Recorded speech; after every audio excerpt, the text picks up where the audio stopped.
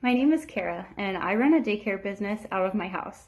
I started running daycare just after my daughter, my first child, turned one. I decided not to go back to working outside of the home so I could be home with my daughter. And mostly I made that choice because my mom ran daycare out of our house until I was about 12. And I really loved having my mom home with me when I was younger. I liked to come home from school and just know that she was going to be there, and I got to play with babies, and I love babies. Um, I really enjoy running my own business, and I really enjoy being part of the community, especially the community of parents in this area. I like to meet them and interact with them and their children, and I like to have children around me. I like to have children in my home, and they're just so fun and so positive, and it's a lot of fun. It's a lot of work. It's really hard. Um, it's good. It's a good to sort of grow your skill set and find out what you can do with children that they also enjoy. I really like to do crafts. I really like to play games. I really like to be outside. I really love to take kids into nature. I really like just all of running my own business.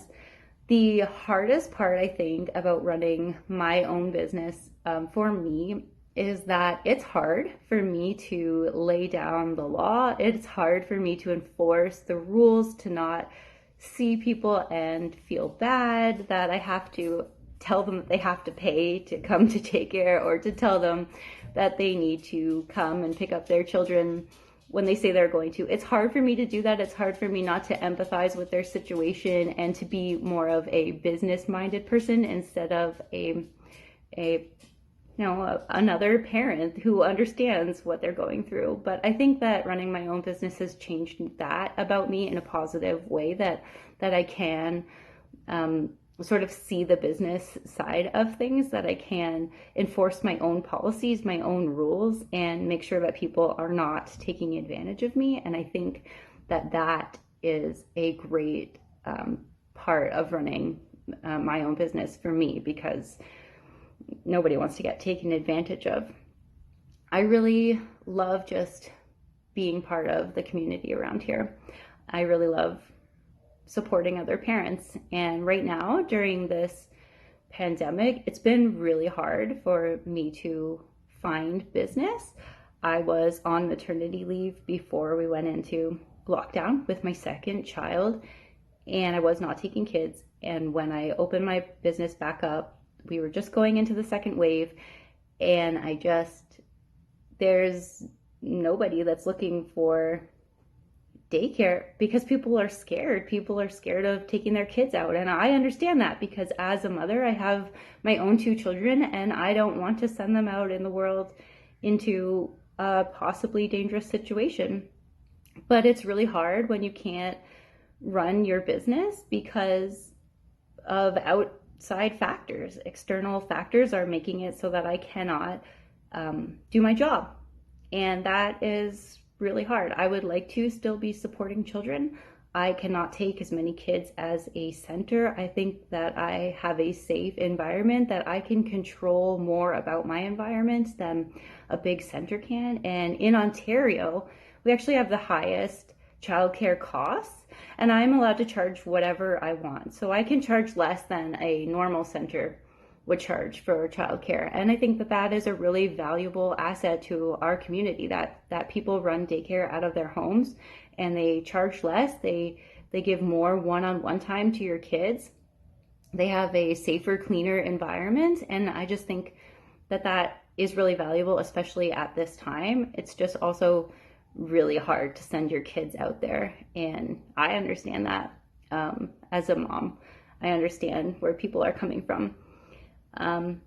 So I really can't fault them.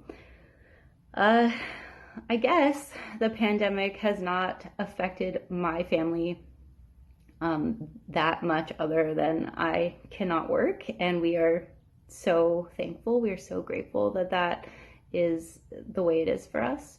But for a lot of people out there, it's affecting their lives in much bigger ways.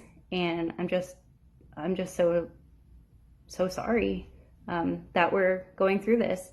But I think as women, we all need to stand together, and we need to support each other, and we need to let our voices be heard in the community, and just stop putting each other down, stop thinking that we can't do anything that we want as women, and just support every woman, no matter her differences, no matter where she comes from in life. Everything about any woman should be supported. We should all be supporting each other, and I don't think that we do enough of that. I think we let our differences get in the way of a lot of support, and women could be the biggest support system for each other, because women are supportive people. We support our families, we support our coworkers, we support our communities, and we do all of that. So we should be able to support each other through whatever we're going through. And even if we can't be in person being supportive right now, there are other ways that we can do that. We can do it online, we can do it through the phone, we can find ways in our community. And I know so many people out there, so many women out there are giving their time and their skills to other things that can help the community during this time. And I want to let every woman out there know that whatever you're going through right now, I see you and I hear you and I feel you, and you are supported, and you shouldn't give up. You should keep going, and you should love yourself, and you can do anything you want to do, and we are going to get through this. So, keep rocking.